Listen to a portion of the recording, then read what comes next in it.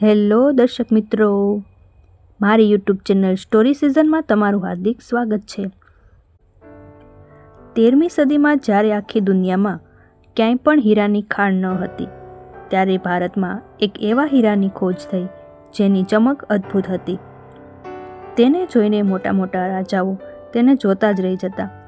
ત્યારે કોઈને પણ ખબર ન હતી કે આ હીરો આગળ જતાં આટલો બધો કિંમતી અને પ્રખ્યાત થશે. જેમ જેમ તે હીરાની પ્રસિદ્ધિ વધતી ગઈ, તેમ તેમ તેને મેળવવા રાજાઓ વચ્ચે હરીફાઈ શરૂ થઈ. આજની વાર્તા છે કોહિનૂરની. તો વિડીયોમાં અંત સુધી જોડાયેલા રહેજો. ભારતની ગોદમાંથી નીકળેલો હીરો જે આજે બ્રિટનની ધરોહર છે. એવું નથી કે કોહિનૂર રાતોરાત બ્રિટન પહોંચી ગયો કે તેને છીનવી લેવામાં આવ્યો. કોહિનૂરની વાત ઘણી લાંબી છે. એક રજવાડામાંથી બીજા રજવાડામાં અને મુગલ સલ્તનતથી માંડીને બ્રિટનમાં રાણી વિક્ટોરિયાના તાજ સુધી કોહિનૂરને ક્યારેય પણ ખરીદવામાં કે વેચવામાં આવ્યો ન હતો. કોહિનૂરની પોતાની જ અલગ કથા છે. તેની ચમકમાં ઘણા લોકોનું લોહી રેડાયેલું છે. તો ચાલો સાંભળીએ કોહિનૂરનો સંપૂર્ણ ઇતિહાસ. કોહિનૂરની ઉત્પત્તિની ઘણી વાર્તાઓ પ્રચલિત છે. એવી જ એક વાર્તા મુજબ આ હીરાને 5000 વર્ષ પહેલાં જામવંતજીએ ભગવાન શ્રી કૃષ્ણને આપ્યો હતો. મહાભારત કાળમાં આ હીરાને સ્યમંતક મણિ તરીકે ઓળખવામાં આવતો હતો.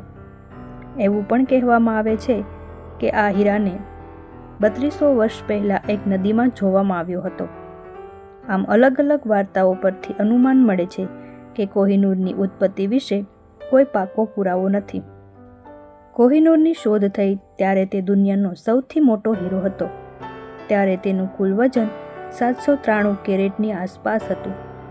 ત્યાર પછી આ હીરાને ઘણી વખત તરાશવામાં આવ્યો, જેના લીધે તેનું વજન ઘટીને 105.6 કેરેટની આજુબાજુ રહી ગયું છે. જૂના સૂત્રો અનુસાર કોહિનૂરની વાર્તા 13મી સદીથી શરૂ થાય છે, જે આજના આંધ્રપ્રદેશમાં કાકતીય ડાયનેસ્ટીનું રાજ હતું. તે જ દિવસોમાં ત્યાંના ગોલકોંડામાં કોલસાની ખાણો હતી, જેમાં ખોદકામ કરવામાં આવતું હતું. અહીંના કોલુર માઇન્સમાં કોહિનૂરની શોધ થઈ. તેની શોધખોળ સમયે ભારતમાં રાજા મહારાજાઓ રાજ કરતા હતા. એટલા માટે જ્યારે કોઈ કિંમતી વસ્તુ મળતી તો રાજા પાસે પહોંચાડી દેવામાં આવતી હતી. માટે કોહિનૂર મળતા જ તેને કાકતીય ડાયનેસ્ટીના રાજા પાસે પહોંચાડી દેવામાં આવ્યો. રાજા તેની ચમકથી બહુ જ પ્રભાવિત થયા અને આ હીરાને તેને પોતાની કુળદેવી ભદ્રકાળીની જમણી આંખમાં લગાવી દીધો. જલ્દી જ તેની ચર્ચા આખા ભારતમાં ફેલાવા લાગી. તેના સમાચાર દિલ્હી સલ્તનતના રાજા અલાઉદ્દીન ખિલજી પાસે પહોંચ્યા. એ દિવસોમાં ખિલજી પોતાની સલ્તનતનો વિસ્તાર વધારવાના સપના જોઈ રહ્યો હતો અને ભારતના દક્ષિણ ભાગમાં પણ પોતાનો વિસ્તાર વધારવા માંગતો હતો. થોડા દિવસો પછી માલિક કાફુરની આગેવાની હેઠળ ખિલજીની સેનાએ કાકતીય ડાયનેસ્ટી ઉપર હુમલો કરી કોહિનૂરને લૂંટી લીધો. ત્યાર પછી કોહિનૂર અલાઉદ્દીન ખિલજી પાસે પહોંચી ગયો અને દિલ્હી સલ્તનતનો હિસ્સો બની ગયો. આગળ જતાં ખિલજીને હરાવીને તુગલકોએ દિલ્હી સલ્તનત ઉપર કબજો કરી લીધો. ત્યાં સુધીમાં કોહિનૂર એટલો વિખ્યાત થઈ ગયો હતો કે જ્યારે કોઈ પણ રાજા હારી જતા તો તેની પાસેથી કોહિનૂર લઈ લેતા. આ રીતે કોહિનૂર ખિલજીઓ પાસેથી તુગલકો પાસે આવી ગયો. તુગલકો પાસે આવતા કોહિનૂર ફિરોઝ શાહ તુગલક પાસે પહોંચી ગયો. આગળ જતાં કોહિનૂર તુગલકો પાસેથી માળવાના રાજા હોસંગ શાહ પાસે પહોંચી ગયો.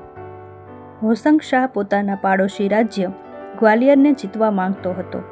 તે સમયે ગ્વાલિયર ઉપર રાજા ડોંગરેન્દ્ર સિંહનું શાસન હતું. હોસંગ શાહે મોકો જોઈ ગ્વાલિયર ઉપર ચડાઈ કરી, પણ તેમાં તેની હાર થઈ. પોતાનો જીવ બચાવવા હોસંગ શાહે પોતાની બધી જ સંપત્તિ અને કોહિનૂર ડોંગરેન્દ્ર સિંહને સોંપી દીધા. આ ઘટના વિશે બાબરનામામાં પણ ચર્ચા કરવામાં આવી છે, જે આ હીરાનું પહેલું ડોક્યુમેન્ટ પ્રૂફ છે. ડોંગરેન્દ્ર સિંહ પાસેથી આ હીરો અંતિમ તોમર રાજા વિક્રમાદિત્ય પાસે પહોંચી ગયો. તે સમય દરમિયાન દિલ્હી સલ્તનતની સત્તા ઇબ્રાહિમ લોદીના હાથમાં હતી. ઇબ્રાહિમ લોદીએ પણ કોહિનૂરની ઘણી ચર્ચા સાંભળી હતી. એટલા માટે તેને પોતાના સામ્રાજ્યને વધારવા અને આ હીરાને મેળવવા માટે ગ્વાલિયર ઉપર ચડાઈ કરી દીધી. આ યુદ્ધમાં રાજા વિક્રમાદિત્યની હાર થઈ. હાર પછી રાજા વિક્રમાદિત્યને પોતાની બધી જ સંપત્તિ અને કોહિનૂર આગ્રાના કિલ્લામાં રાખવા પડ્યા.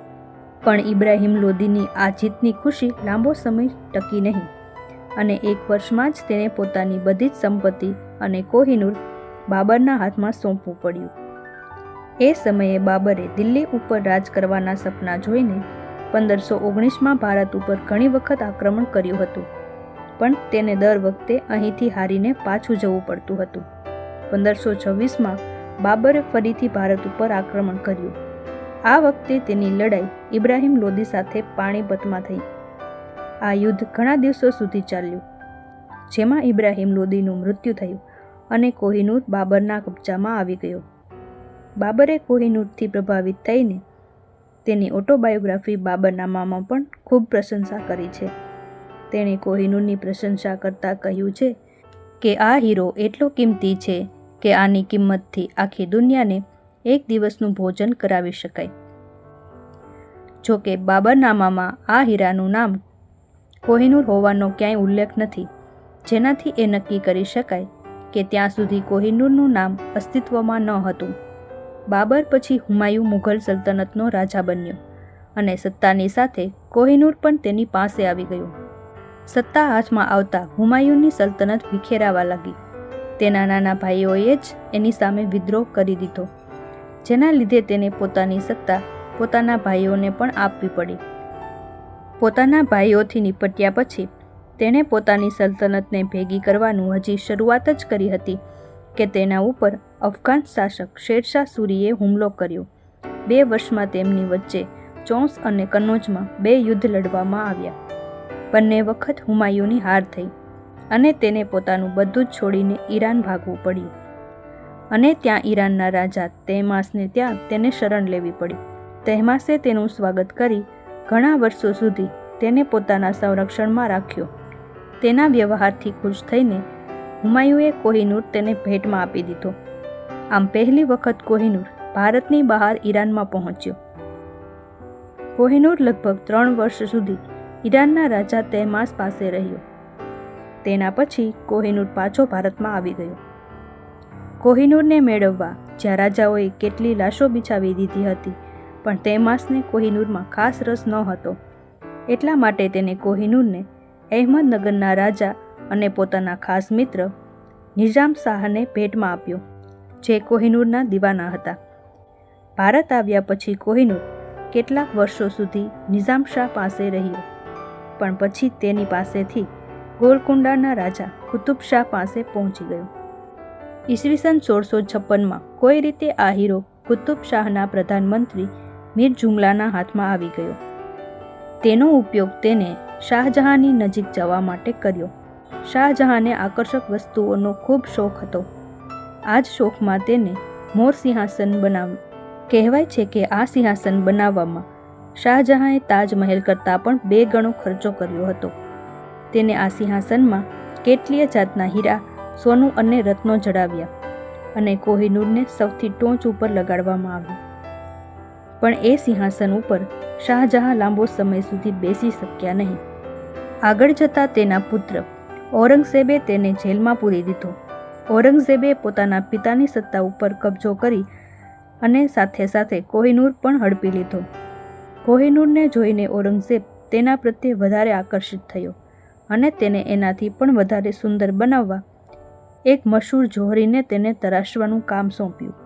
તરાસવામાં કોહિનૂર 793 કેરેટમાંથી માત્ર 186 કેરેટ જેટલો જ રહી ગયો.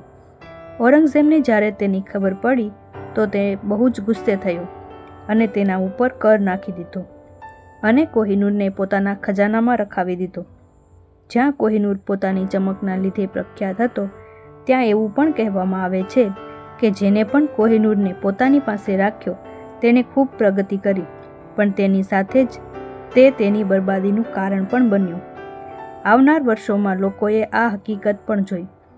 ખોદકામથી લઈને આ હીરો જે પણ રાજા પાસે ગયો તેની સલ્તનત બહુ ઝડપથી બરબાદ થઈ ગઈ. મુગલ બાદશાહ બાબર, હુમાયું અને શાહજહાં પાસે કોહિનૂર હતો અને તેઓએ પોતાના શાસનના અંતમાં સૌથી વધારે ખરાબ પરિસ્થિતિમાંથી પસાર થવું પડ્યું. ત્યારે આ હીરો ક્યારેય પણ મુગલ સમ્રાટ અકબર પાસે આવ્યો ન હતો અને તે મુગલ રાજાઓનો સૌથી લોકપ્રિય શાસક રહ્યો.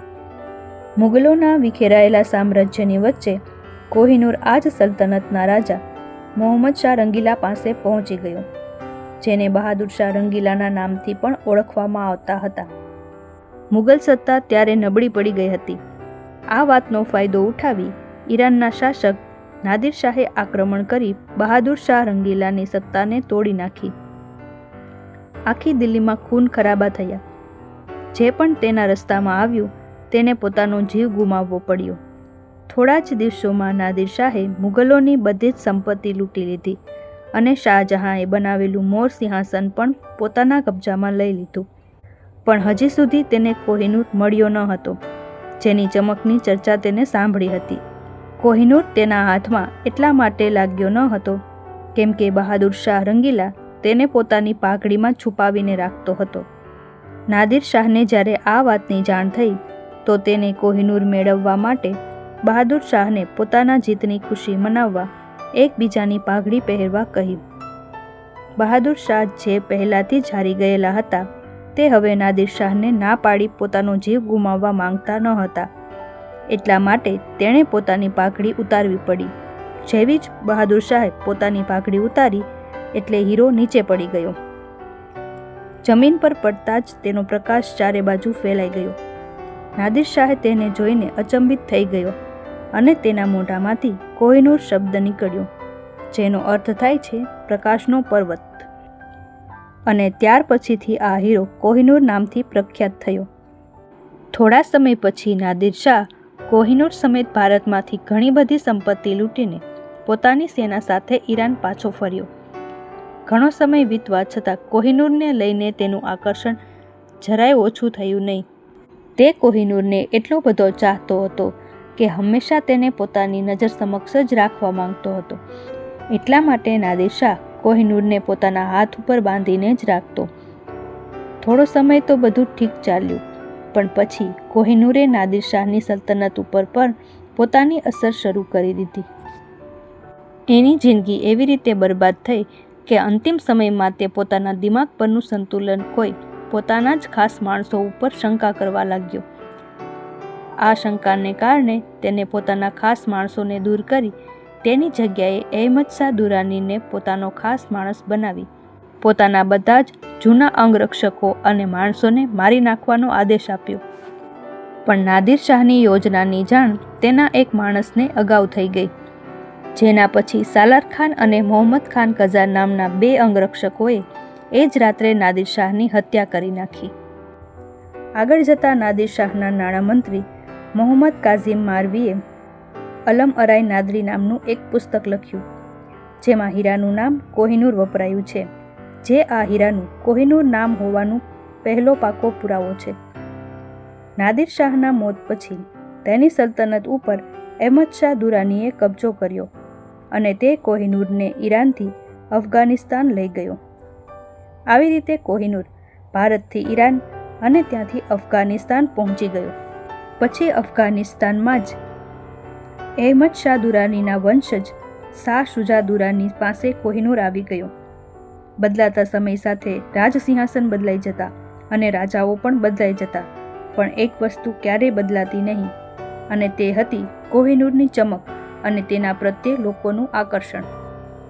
એકવાર શાહ શુજાની પત્ની વફા બેગમને કોઈએ કોહિનૂરની કિંમત કરવા કહ્યું.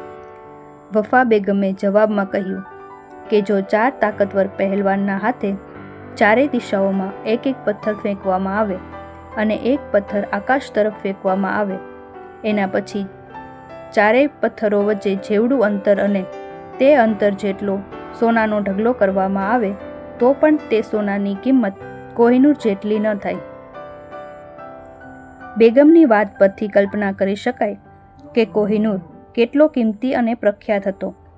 સત્તા અને કોહિનૂરને મેળવ્યા પછી શરૂઆતમાં શાહ શુજા દુરાનીના શાસનકાળમાં બધું જ બરોબર ચાલતું હતું. તેણે આજુબાજુના ઘણા પ્રદેશો જીતીને પોતાની શક્તિ વધારી લીધી, પરંતુ એકાએક તેના પરિવાર વચ્ચે ગેરસમજ ઊભી થઈ. તેના ભાઈઓએ જ તેની સામે વિદ્રોહ કરીને તેને ગાદી પરથી દૂર કરી દીધો. શાહ સુજા દુરાનીને તેની પત્ની સાથે અફઘાનિસ્તાનમાંથી ભાગીને લાહોર આવવું પડ્યું, જ્યાં રાજા રણજીતસિંહે તેને શરણ આપી. રાજા રણજીતસિંહે માત્ર તેને લાહોરમાં રહેવાની જ નહીં, પરંતુ પાછું તેને પોતાની સત્તા મેળવવા માટે પણ પ્રેરણા આપી. પાછી સત્તા મેળવવા પહેલાં તેને અટક ઉપર હુમલો કર્યો અને તેને હારનો સામનો કરવો પડ્યો. અટકના શાસક જહાનદદ ખાને તેને પકડીને શ્રીનગરની જેલમાં બંધ કરી દીધો.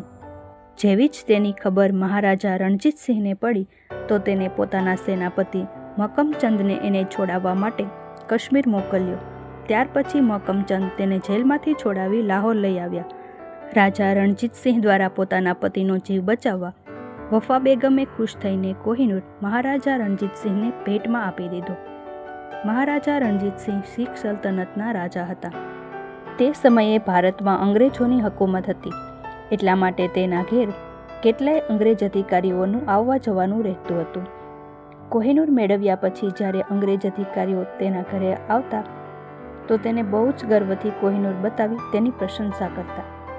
તે હંમેશા દિવાળી, દશેરા જેવા તહેવારો ઉપર તેને પોતાના હાથ પર બાંધીને ફરતા. કોહિનૂર તેને એટલો પ્રિય હતો કે ઘણીવાર યુદ્ધમાં પણ તેને પોતાની સાથે રાખતા. શરૂઆતમાં જ્યારે કોહિનૂર મહારાજા રણજીતસિંહ પાસે આવ્યો, તેણે ઘણી લડાઈઓ જીતી હતી. સમયની સાથે કોહિનૂરે મહારાજા રણજીતસિંહ ઉપર પોતાની અસર શરૂ કરી દીધી. 1839 સુધીમાં તેણે કેટલીય બીમારીઓએ ઘેરી લીધા હતા. એક સમયમાં શેરે પંજાબ કહેવાતા મહારાજા રણજીતસિંહની હાલત એટલી ખરાબ થઈ ગઈ હતી કે તે પોતાની પથારીમાંથી ઊભા પણ થઈ શકતા ન હતા. પોતાની જિંદગીના છેલ્લા દિવસોમાં મહારાજા રણજીતસિંહ દાન પુણ્ય કરવા લાગ્યા. તેણે પોતાની પાસે રહેલી કિંમતી વસ્તુઓને મંદિર અને ગુરુદ્વારાઓમાં દાનમાં આપી દીધી. તેની ઈચ્છા હતી કે તેની પાસે રહેલો કોહિનૂર પણ મંદિરમાં દાન કરી દેવામાં આવે, પણ તેના મંત્રીઓએ તેની વાત ન માની, જેના લીધે કોહિનૂરને મંદિરમાં દાનમાં ન અપાયો. આ ઈચ્છા પૂરી થયા વગર જ 27 જૂન 1839માં મહારાજા રણજીતસિંહનું મૃત્યુ થઈ ગયું. કોહિનૂરને મંદિરમાં દાન કરવાના સમાચારને બ્રિટિશ સમાચાર પત્રમાં વિસ્તારથી છાપવામાં આવ્યું. આ સમાચારે મહારાણી વિક્ટોરિયાનું ધ્યાન ખેંચ્યું અને તેને પોતાના અધિકારીઓને કોહિનૂર ઉપર નજર રાખવા કહ્યું. મહારાજા રણજીતસિંહના મૃત્યુ પછી તેનો પુત્ર ખડકસિંહ શીખ સામ્રાજ્યનો રાજા બન્યો, પણ તેના માટે આટલા મોટા સામ્રાજ્યને સંભાળવું મુશ્કેલ હતું. તેના નજીકના જ લોકો તેની પીઠ પાછળ ષડયંત્ર રચી રહ્યા હતા. રાજા બનવાના થોડા દિવસોમાં જ રાજા ખડકસિંહને ઝેર આપી દેવામાં આવ્યું. શીખ સામ્રાજ્યની એકતા તૂટી ગઈ હતી.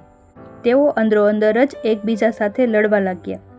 લગભગ 4 વર્ષો સુધી આમ જ ચાલતું રહ્યું. તે દરમિયાન રાજા રણજીતસિંહના બીજા બધા પુત્રો રાજા બન્યા, પણ એ બધાને પણ મારી નાખવામાં આવ્યા. હવે શીખ સામ્રાજ્યને સંભાળવા માટે માત્ર તેના નાના પુત્ર દલીપસિંહ જ હતા, જે માત્ર 5 વર્ષના જ હતા. આટલી નાની ઉંમર હોવા છતાં શીખ સામ્રાજ્યને વિખેરાતું બચાવવા એણે રાજા બનાવવામાં આવ્યા. જોકે દલીપસિંહ માત્ર નામના જ રાજા હતા. હકીકતમાં શીખ સામ્રાજ્યની ડોર તેની માતા જીંદ કૌરના હાથમાં હતી.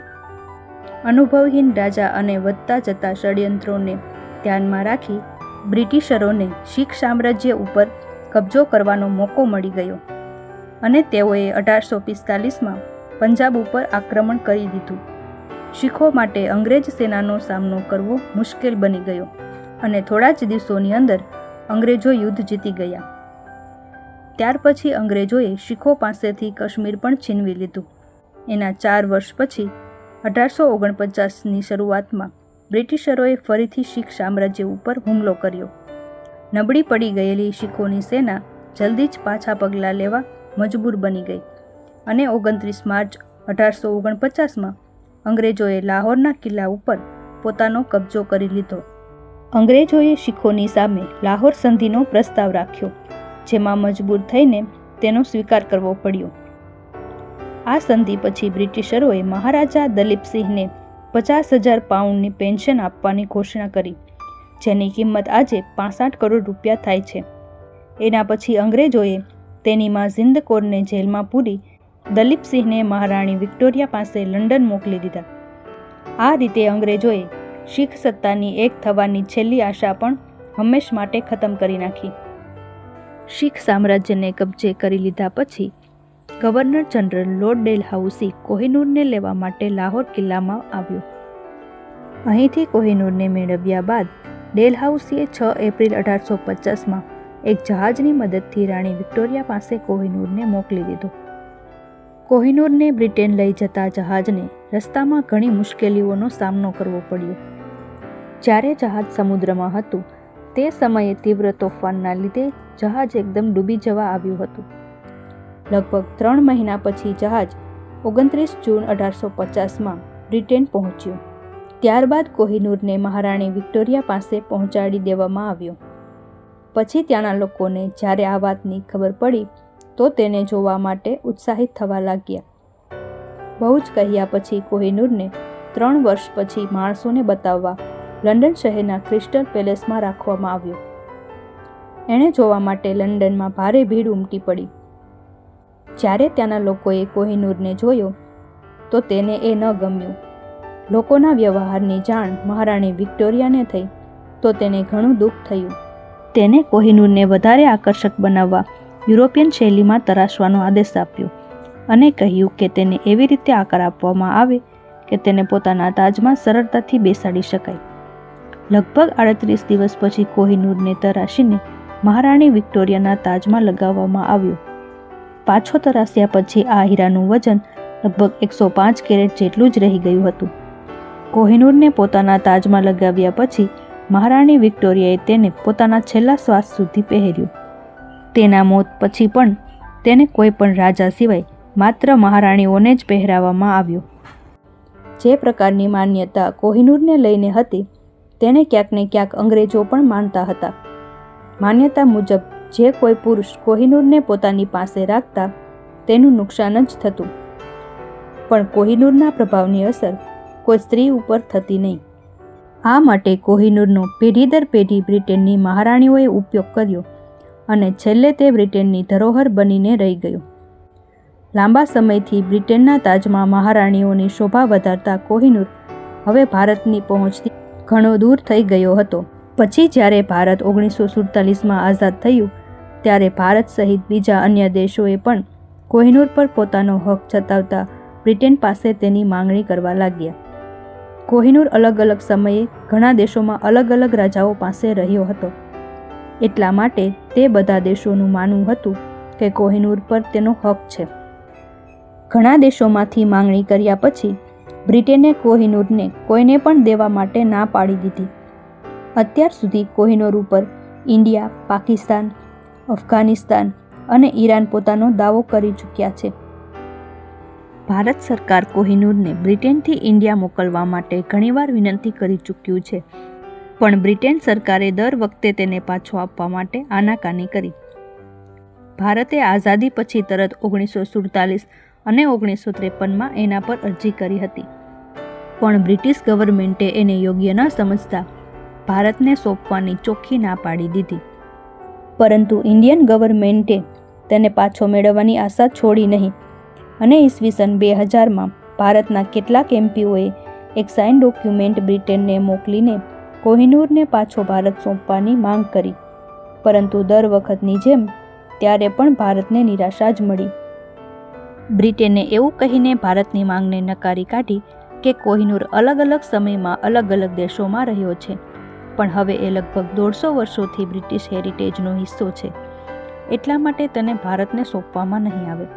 આ ઘટનાના 15 વર્ષ પછી 2015માં શશી થરૂરને એક ભાષણ માટે ઓક્સફર્ડ યુનિવર્સિટી બોલાવવામાં આવ્યા. તે ભાષણમાં તેને 200 વર્ષોમાં ભારતમાંથી લૂંટાયેલી સંપત્તિ માટે બ્રિટિશરોની ઘણી ટીકા કરી. તે દરમિયાન તેને કોહિનૂર અને અન્ય ભારતીય ધરોહરોની પણ વાત કરી જે બ્રિટેન પાસે છે. તેના એક વર્ષ પછી 2016માં એક સંસ્થાએ સુપ્રીમ કોર્ટમાં એક અરજી દાખલ કરી, જેમાં ભારત સરકાર પાસેથી બ્રિટેન દ્વારા ચોરી કરવામાં આવેલા કોહિનૂરને ભારતમાં પાછો લાવવા માટે કેટલાય સવાલો પૂછવામાં આવ્યા હતા. પછી જ્યારે આ કેસની સુનાવણી થઈ તો તેમાં ઇન્ડિયન ગવર્મેન્ટના મુખ્ય સરકારી વકીલ રણજીત કુમારે તેનું પ્રતિનિધિત્વ કર્યું હતું. તેનું કહેવું હતું કે બ્રિટને કોહિનૂરને શીખ સામ્રાજ્યના રાજા દલીપસિંહ પાસેથી એક સંધિમાં લઈ લીધો હતો. તેના આ તર્કના આધાર ઉપર સુપ્રીમ કોર્ટે બ્રિટન દ્વારા કોહિનૂરને ચોરી કરવાની વાતને નકારી કાઢી અને કોહિનૂર હાલમાં બ્રિટન પાસે જ રહી ગયો. હવે આવનાર સમય જ બતાવશે કે કોહિનૂરને ભારત પાછો લાવવામાં આવશે કે નહીં. આ હતી કોહિનૂરની ભારતથી બ્રિટન સુધીની સફર. તો મિત્રો, જો તમને આ વિડીયો ગમ્યો હોય તો વિડીયોને લાઈક કરી દેજો અને ચેનલને સબસ્ક્રાઈબ કરી લેજો, જેથી તમને આવનાર નવા વિડીયોની નોટિફિકેશન મળી રહે. મળીએ છીએ હવે પછીના નેક્સ્ટ વિડીયોમાં.